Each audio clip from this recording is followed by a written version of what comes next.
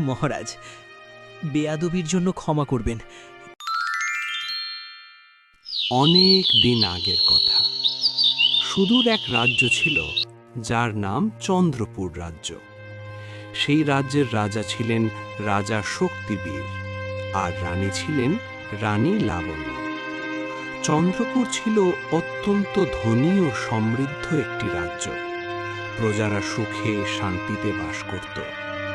কিন্তু এই রাজ্যের রাজা শক্তিবীর ও রানী লাবণ্য, তাদের একটা বড় দোষ ছিল। তারা ছিলেন ভীষণ অহংকারী।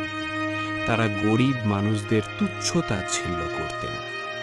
তাদের চোখে সাধারণ মানুষ ছিল তেমন কোনো মূল্যহীন। সে সময় রানী লাবণ্য ছিলেন 6 মাসের অন্তঃসত্ত্বা। একদিন রাজা ও রানী দূরের এক রাজ্য থেকে ভ্রমণ শেষে রাজমহলে ফিরে এলেন। মহলের বিশাল দরজার সামনে এসে তারা হঠাৎ অবাক হয়ে গেলেন। রাজমহলের দরজার মাঝখানে একজন অদ্ভুত চেহারার ভিক্ষুক গভীর ঘুমে শুয়ে আছে। এটা দেখে রাজা ভীষণ রেগে উঠলেন। রাজা গর্জে উঠলেন, প্রহরীরা, তোমরা সবাই কি অন্ধ হয়ে গেছো? আমার রাজমহলের সামনে একজন সামান্য ভিক্ষুক এসে ঘুমিয়ে আছে, আর তোমরা কেউ কিছুই দেখোনি? এখান থেকে তাড়ানোর জন্য কিছুই করনি? মহারাজ, আমরা জানি না এই লোক কখন এসে ভেতরে ঢুকেছে। মরার মতো ঘুমিয়ে আছে। আমরা তাকে অনেকবার ডাকলাম, নাড়ালাম, কিন্তু তার ঘুম কিছুতেই ভাঙছে না। তোমাদের সাহস হয় কি করে এই কথা বলার? এত বড় রাজমহলে একজন ভিক্ষুক ঢুকে পড়ল। কারো চোখে পড়েনি এই ভিক্ষুক, আর কেউ টের পেল না? এটা অসম্মানের বিষয় মহারাজ। তোমরা কি জানো না আমি এই অপরাধের জন্য কি শাস্তি দিতে পারি? দাঁড়িয়ে দাঁড়িয়ে কি তামাশা দেখছো তোমরা? এই লোকটাকে এক্ষুনি তুলে বাইরে ফেলে দাও। মহারাজ, বেয়াদবির জন্য ক্ষমা করবেন, কিন্তু আমরা অনেকে চেষ্টা করেছি। 10 জন মিলেও টানলাম, কিন্তু তাকে একটুও সরাতে পারিনি। কি? তোমরা এই বিশাল রাজ্যের বীর প্রহরী হয়ে কিভাবে এই কথা বললে? একজন ভিক্ষুককে তুলতে পারোনি? তোমাদের মুখ থেকে এই রকম কথা আসে কিভাবে? মহারাজ, একজন সামান্য ভিক্ষুকের জন্য এত কথা কেন? আপনি নিজেই একটা লাথি মেরে এই ভিখারিকে বের করে দিন। রাজা এগিয়ে গেলেন। তিনি ভিক্ষুককে লাথি মারতে উদ্যত হলেন। ঠিক তখনই ভিক্ষুক ধীরে ধীরে চোখ খুলল। তার চোখে ছিল অদ্ভুত এক রহস্যময় আলো।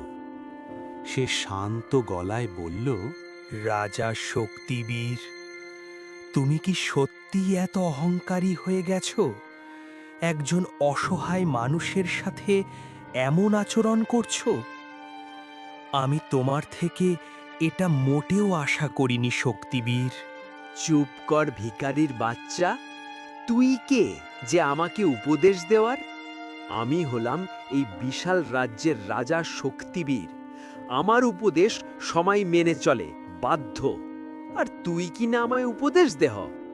আমি তোমাদের ক্ষতি করতে আসিনি রাজা শক্তিবীর। আমি এসেছিলাম তোমাদের ভবিষ্যৎ সন্তানকে আশীর্বাদ করতে। একজন ভিক্ষুক কিনা আমাদের সন্তানকে আশীর্বাদ দেবে? মহারাজ, আপনি কি শুধু তাকিয়ে এই সব তামাশা দেখবেন, নাকি এই ভিখারির একটা ব্যবস্থা নেবেন? রাজা রেগে ভিক্ষুককে লাথি মারলেন।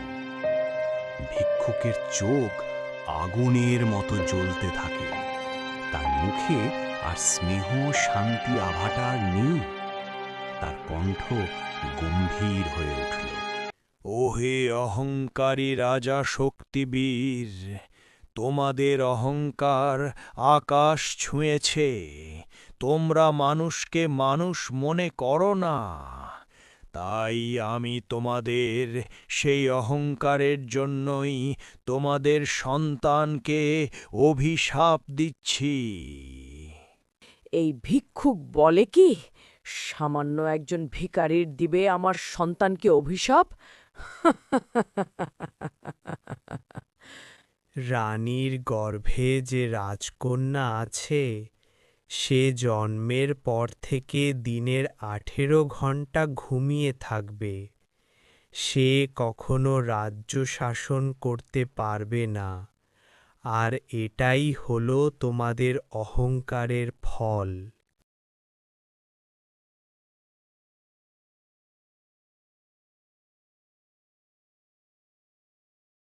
কিছুদিন পর রানীর কোলজুড়ে জন্ম নিল একটি অপূর্ব সুন্দর কন্যা। তার নাম রাখা হল রাজকুমারী স্নিগ্ধা।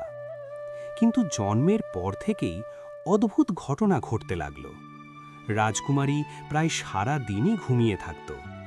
দিনের 24 ঘন্টার মধ্যে 18 ঘন্টা সে গভীর ঘুমে থাকত। রাজা ও রানী ধীরে ধীরে বুঝতে পারলেন ভিক্ষুকের অভিশাপ সত্যি হয়েছে। তারা সেই ভিক্ষুককে খুঁজে ক্ষমা চাইতে লাগলেন, কিন্তু তাকে আর কোথাও পাওয়া গেল না। বছরের পর বছর কেটে গেল।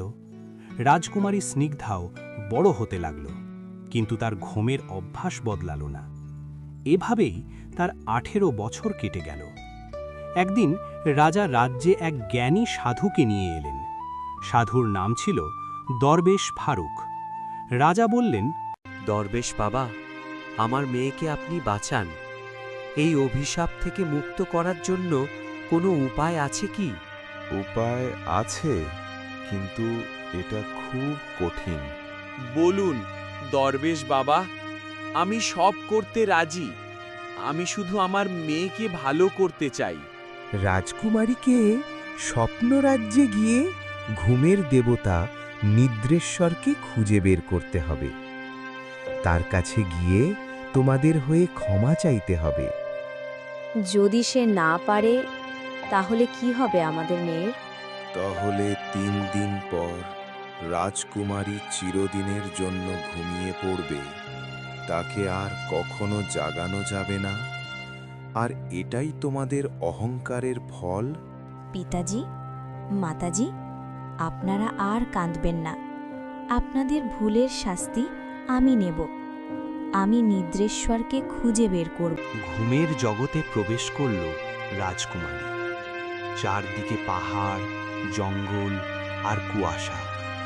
হঠাৎ সে দেখতে পেল একজন অন্ধ বৃদ্ধা পথের ধারে বসে আছে। বৃদ্ধা বলল, এই মেয়ে, একটু শুনো, তুমি আমাকে সাহায্য করবে? মা, আমি পথ হারিয়ে ফেলেছি। আমাকে কি একটু গ্রামে পৌঁছে দেবে? চলুন মা, আমি আপনাকে আপনার গ্রামে পৌঁছে দিই।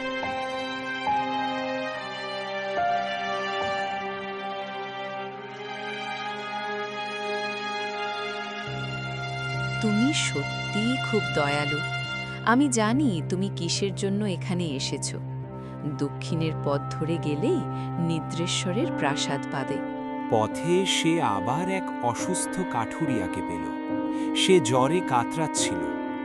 রাজকুমারী তাকে সেবা করে সুস্থ করল।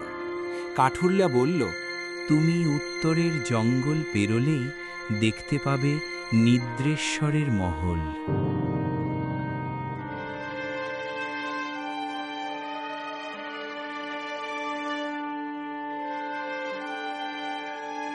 শেষ দিনে সে পৌঁছালো বিশাল এক প্রাসাদের সামনে।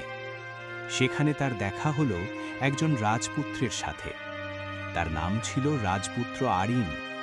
সে বলল, তোমার জন্য এত দিন অপেক্ষা করার পর আজ তোমার দেখা মিলল। আমিও অভিশাপে এখানে আটকে পড়ে আছি। চলো একসাথে চাই। আমি জানি তোমরা এখানে কেন এসেছো। আমার মা বাবাকে আপনি ক্ষমা করুন। আমি তাদের জন্য তোমাকে ক্ষমা করছি না। আমি তোমাকে ক্ষমা করছি কারণ তুমি নিজের কথা ভুলে অন্ধ, বৃদ্ধা ও অসুস্থ মানুষকে সাহায্য করেছো। আপনি কিভাবে এটা জানলেন? ওখানে তো আমি ছাড়া আর অন্য কেউ ছিল না। সেই বৃদ্ধা ও কাঠুরিয়া আমিই ছিলাম। তোমার হৃদয় পরীক্ষা করছিলাম। তারপর তিনি অভিশাপ তুলে নিলেন। কিছুদিন পর রাজপুত্র আরিন ও রাজকুমারী ঈশানীর বিয়ে হল। তারপর তারা ভালোবাসা ও দয়ার মাধ্যমে রাজ্য শাসন করতে লাগল।